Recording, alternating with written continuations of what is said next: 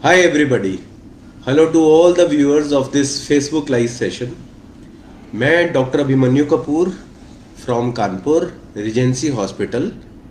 मैं पेट के समस्त लोगों का विशेषज्ञ सर्जन हूं और आज मैं आपके साथ फैटी लिवर के बारे में कुछ इम्पॉर्टेंट चीज़ें शेयर करूंगा। सबसे पहले तो हम ये समझते हैं कि व्हाट इज़ लिवर। लिवर हमारी बॉडी का एक वाइटल ऑर्गन है। ये लार्जेस्ट ऑर्गन है। ये लगभग 1.25 किलो 1200 ग्राम के आसपास का होता है और हमारे पेट में राइट साइड पे ये मौजूद होता है। लिवर क्या काम करता है? बॉडी को फूड जो डाइजेस्ट करना होता है, हम जो भी खाना खाते हैं उसमें लिवर की एक अहम भूमिका होती है। एनर्जी को स्टोर करना। हमारी बॉडी में जितने भी टॉक्सिक यानी कि जहरीले पदार्थ बनते हैं या आते हैं उनको प्रॉपरली डिस्पोज ऑफ करना यानी कि उनको सही रूप से बॉडी से निकालना, टॉक्सिन्स को, इसमें भी लिवर की एक बहुत अहम भूमिका होती है।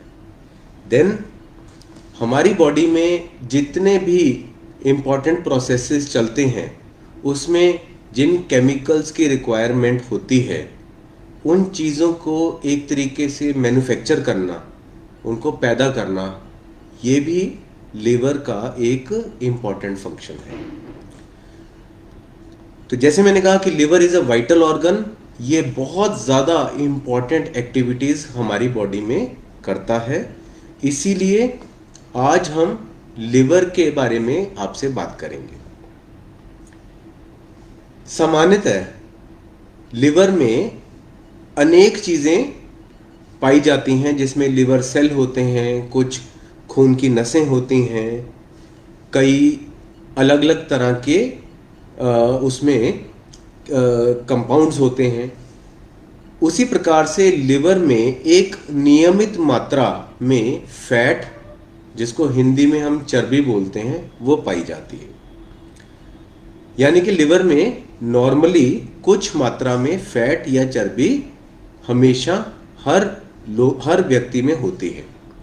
यदि लिवर में इस चर्बी की मात्रा अधिक हो जाए, जितनी होनी चाहिए उससे अधिक हो जाए, इस अवस्था को हम फैटी लिवर का नाम देते हैं। तो ये बड़ा सिंपल हुआ कि जब लिवर के अंदर जितनी फैट होनी चाहिए उससे ज़्यादा हो गई, हम उस अवस्था को फैटी लिवर का नाम देते हैं। आज का विषय हमारा फैटी लिवर को ही लेकर डिस्कस करना है। जब लिवर में फैट बढ़ जाए लेकिन वो किसी भी तरीके की कोई अंदर परेशानी नहीं कर रहा, लिवर भी स्वस्थ काम कर रहा है, हमें उसकी वजह से कोई भी दिक्कत नहीं आ रही है, इसको बोलते हैं सिंपल फैटी लिवर। लेकिन अगर वो फैट बढ़ते बढ़ते ज़्यादा मात्रा में आ जाए और उसकी वजह से लिवर में इन्फ्लामेशन मतलब सूजन, यदि इन्फ्लामेशन पैदा होनी शुरू हो जाए तो उसको हम स्टीएटो हेपेटाइटिस का नाम देते हैं। ये मुश्किल मेडिकल टर्म है। कुल मिला के इन्फ्लामेशन की वजह से लिवर के सेल्स इन्फ्लेम हो जाते हैं और अब ये बीमारी में तब्दील हो जाता है। जब कहीं पे भी इन्फ्लामेशन, सूजन होती है तो ऑटोमेटिकली हमारे उस अंग का, उस शरीर के भाग का एक अंदरूनी एक रिस्पांस होता है कि वो लड़ाई लड़ता है और सूजन को कम करने की, इन्फ्लामेशन को ठीक करने का पूरा प्रयास करता है। इस प्रयास के चलते उस इन्फ्लामेशन वाली जगह में आगे चल के फाइब्रोसिस हो सकती है। फाइब्रोसिस में जो सामान्य लिवर की बनावट है उसके अंदर फाइबर डिपॉजिट होते हैं और वो लिवर फाइब्रोटिक लिवर कहलाना शुरू कर देता है। और यदि ये फाइब्रोसिस बढ़ते बढ़ते कंट्रोल ना हो तो उसमें लिवर सिरोसिस बन जाता है। सिरोसिस में लिवर श्रिंक हो जाता है, इसमें नोड्यूल्स, छोटे छोटे गिठान बन जाते हैं, स्कारिंग हो जाती है। तो मैंने जितना बताया मैं उसको जल्दी से आपके लिए रिकैप कर दूं कि एक नॉर्मल लिवर है जिसमें नियमित मात्रा में फैट है, फिर नियमित मात्रा से थोड़ी फैट अधिक हुई, लेकिन उसकी वजह से लिवर और शरीर में कोई खराबी नहीं आई। इस अवस्था को बोला गया सिंपल फैटी लिवर। अब नेक्स्ट, फैट थोड़ा और बढ़ा और उसकी वजह से लिवर के सेल्स में सूजन यानी इन्फ्लामेशन आनी शुरू हो गई। इस अवस्था को हमने स्टीएटोहेपेटाइटिस का नाम दिया। नेक्स्ट, इन्फ्लामेशन बढ़ते बढ़ते फाइब्रोसिस का रूप ले लेती है, तो इसको हम लिवर फाइब्रोसिस बोलते हैं। और ये नेक्स्ट स्टेज में जब जाती है, दिक्कत हो जाती है, लिवर गड़बड़ हो जाता है, परमानेंटली इरिवर्सिबल यानी कि अब ठीक नहीं हो पाएगा, उस अवस्था को हम सिरोसिस बोलते हैं, यानी कि क्रॉनिक लिवर डैमेज। अब नेक्स्ट ये आता है कि फैटी लिवर आखिर क्यों होता है, लिवर में फैट की मात्रा अधिक क्यों जमा हो जाती है। तो इसको हम दो श्रेणियों में डिवाइड करते हैं। एक होता है non alcoholic fatty liver disease और एक होता है एल्कोहलिक लिवर डिजीज। यानी कि जो व्यक्ति ज्यादा मात्रा में अल्कोहल या शराब का सेवन करते हैं, तो अल्कोहल में ये नहीं कि हम सिर्फ बियर की बात करें, बियर, विस्की, वोडका, जिन, जितने भी अल्कोहलिक बीवरेजेस हैं उसकी अगर ज़्यादा अधिक मात्रा में कोई इस्तेमाल करता है तो उन लोगों को अल्कोहलिक फैटी लिवर डिजीज या अल्कोहलिक लिवर डिजीज हो सकती है। इसमें इंपॉर्टेंट ये है कि ऐसा नहीं, किसी ने कहा कि जी हम सोशल ड्रिंकिंग करते हैं, साहब महीने में एक बार पीते हैं, 2 महीने में एक बार पीते हैं, तो इतनी कम मात्रा में आमतौर पे हम ये नहीं कहते कि ये अल्कोहल की वजह से है। बट जो ऑलमोस्ट डेली और काफ़ी अधिक मात्रा में अल्कोहल का सेवन करते हैं तो उसकी वजह से लिवर के अंदर एक्स्ट्रा फैट जब जमा हो जाता है तो इसको अल्कोहलिक फैटी लिवर बोलते हैं।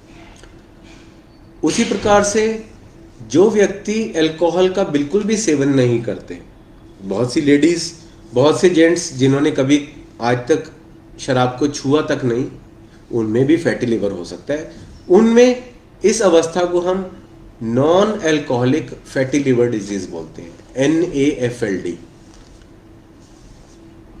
तो NAFLD यानी कि बिना शराब की सेवन से ये फैटी लिवर ज़्यादा बने, इसके भी क्या कारण होते हैं इंपॉर्टेंट। देखिए, एक तो डाइट बेहिसाब, अच्छे से खाना नहीं खाया, बहुत ज़्यादा फैट लिया, बहुत ज़्यादा ऑयली डाइट ली, आपका लाइफस्टाइल गड़बड़ है, आप सही टाइम पे एक्सरसाइज नहीं कर रहे, आपने बहुत ज़्यादा वेट गेन कर रखा है जिसको हम मोटापा, ओबेसिटी भी बोलते हैं, ये इम्पॉर्टेंट कंट्रीब्यूटर्स होते हैं। उसी प्रकार कुछ पेशेंट्स में जिनमें कि डायबिटीज़ हो, मधुमेह, कोलेस्ट्रॉल की मात्रा ज़्यादा हो, कई और मेटाबॉलिक कंडीशंस की वजह से भी लिवर में फैट की एक्यूमुलेशन ज़्यादा हो सकती है, तो ये फैटी लिवर कहलाती है। तो आप अब ये मेन जब स्पेक्ट्रम को समझ गए हैं तो हमें इस फैटी लिवर डिजीज के बारे में और इम्पोर्टेंट क्या जानकारी चाहिए। पहला कि अगर किसी व्यक्ति को फैटी लिवर है तो वो सूजन की तरफ ना बढ़े, उससे पहले ही हम इसको रिवर्स कर लें। इसको रिवर्स करने का तरीका क्या है? सबसे इंपॉर्टेंट, जो लोग अल्कोहल लेते हैं उनको ड्रिंकिंग अपनी क्विट कर देनी चाहिए, कंट्रोल में कर लेना चाहिए, अपनी डाइट को सुधार लेना चाहिए जिसमें कि बहुत ज़्यादा घी, तेल, oily, fast food, junk food, ये सारी चीज़ें इनको कंट्रोल में लाके और इनसे आपको दूर रहना है। रेगुलरली एक्सरसाइज करना, जिम जाना, योगा करना, किसी भी तरीके का workout, they are very helpful. ये लीवर में से फैट को जल्दी से रिमूव करने में हेल्प करते हैं। बट ये आपको डिसिप्लिन्ड वे में एक रेगुलर तरीके से लगातार प्रयास करते रहना पड़ेगा। जिन लोगों को डायबिटीज़ है उनको अपनी शुगर को अच्छे से कंट्रोल करके रखने की आवश्यकता होती है। अगर blood sugar levels properly maintained हैं, वो ज़्यादा फ्लक्चुएट नहीं कर रहे और लगातार से उनकी बॉडी में गुड ग्लाइसेमिक कंट्रोल है, तो उनमें भी ये फैटी लिवर की अवस्था जो है वो कंट्रोल्ड रहेगी या उसको वापस से रिजॉल्व किया जा सकता है। लेकिन अदरवाइज यही बढ़ते बढ़ते फैटी लिवर प्रॉब्लमेटिक हो जाता है। अब जिन पेशेंट्स में फैटी लिवर बढ़ के सूजन, इन्फ्लामेशन वाला हेपेटाइटिस करता है, उन पेशेंट्स में क्या सिम्टम होते हैं? उनमें वीकनेस, काफ़ी थकान महसूस होना, पेट में एक भारीपन महसूस होना, कईयों को गहरा सांस लेते हुए दिक्कत होना, एक गैस बनने का एहसास होना, ये सारी चीज़ों की ट्रबल स्टार्ट हो जाती है। जब ये अवस्था बढ़ती बढ़ती फाइब्रोसिस और फिर सिरोसिस में जाती है, तो बॉडी में काफ़ी ज़्यादा अलग अलग लक्षण सामने आने स्टार्ट हो जाते हैं। अब जब मैं वर्ड यूज़ कर रहा हूँ सिरोसिस, यानी कि लिवर डैमेज हो गया, अब हम उसको रिवर्स करके, रिवाइंड करके वापस नॉर्मल अवस्था में नहीं ला पाएंगे। तो सिरोसिस वाले पेशेंट्स में क्या क्या सिम्टम आ सकते हैं, ये आप गौर से सुनिए। जिनका लिवर काफ़ी ज़्यादा डैमेज हो गया है, उनके पेट में पानी भर सकता है। हम मेडिकल लैंग्वेज में इस कंडीशन को एसाइटिस बोलते हैं। एसाइटिस का मतलब लिवर खराब होने के चलते पेट के अंदर काफ़ी सारा पानी भर जाए। जिनका लिवर डैमेज होता है, उनके पेट के अंदर खून की नसें काफ़ी ज़्यादा फूल जाती हैं। इनको हम वेरिसेस बोलते हैं। ये खून की नसें फूलकर अगर फटें तो उसकी वजह से पेशेंट को खून की उल्टी, ब्लड इन वॉमिटिंग, या काले रंग की लेट्रिन, काले रंग की पॉटी, ये आ सकती है। ये दूसरी इंपॉर्टेंट कॉम्प्लिकेशन है। इसको हम वेरिसेस, फूली हुई खून की नसों से ब्लीडिंग का नाम देते हैं। फिर कईयों में लिवर के डैमेज की वजह से, जैसे मैंने बताया था कि लिवर का काम क्या है, वो टॉक्सिन्स, जितनी भी जहरीली चीज़ें हैं उनको हमारी बॉडी से हटाता है। तो जिनका लिवर डैमेज हो गया, तो वो अब लिवर ब्लड में से, हमारी बॉडी में से वो जहरीली चीज़ों को हटा नहीं पा रहा है। तो ये जहरीली चीज़ें अंदर ही अंदर इकट्ठी हुए जा रही हैं, जिसमें फॉर एग्जांपल एक इम्पॉर्टेंट केमिकल होता है जिसको हम अमोनिया बोलते हैं। जब ये अमोनिया के लेवल्स काफ़ी बढ़ जाते हैं, तो उसकी वजह से ब्रेन को भी ये अफेक्ट कर सकता है। तो इस अवस्था में पेशेंट्स बहुत ज़्यादा सुस्त हो जाए, उनकी नींद डिस्टर्ब हो, वो अपने प्रॉपर सेंसेस में ना रहें। कुछ की अवस्था इतनी बिगड़ जाती है कि वो बड़बड़ाते हैं और कोऑर्डिनेटेड वे में बात नहीं करते, या कुछ पेशेंट्स इवन बेहोशी की अवस्था में चले जाते हैं। इसको हम हेपेटिक एनकेफेलोपैथी का नाम देते हैं। कुछ पेशेंट्स में लिवर ज़्यादा डैमेज होने की वजह से जॉन्डिस, आँखों में पीलापन आना शुरू हो जाता है।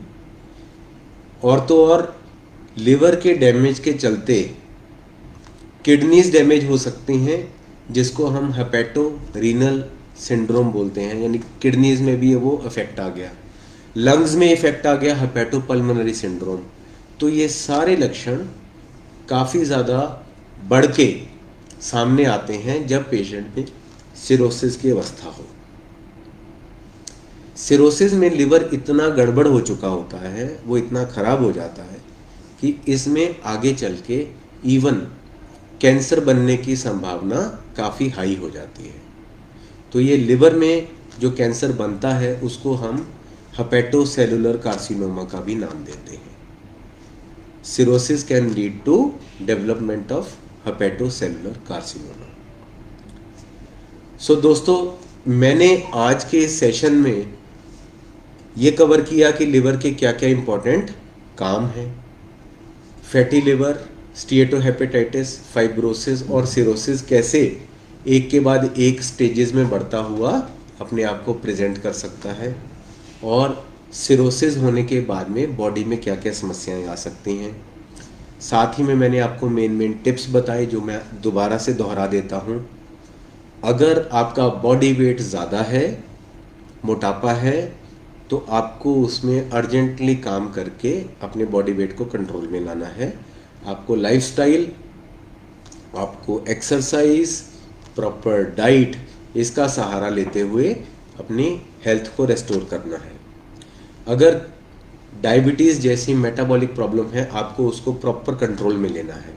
और जो लोग अल्कोहल का ज़्यादा सेवन करते हैं, उनको अपनी ये हैबिट को सुधारना है और अल्कोहल को छोड़ना है।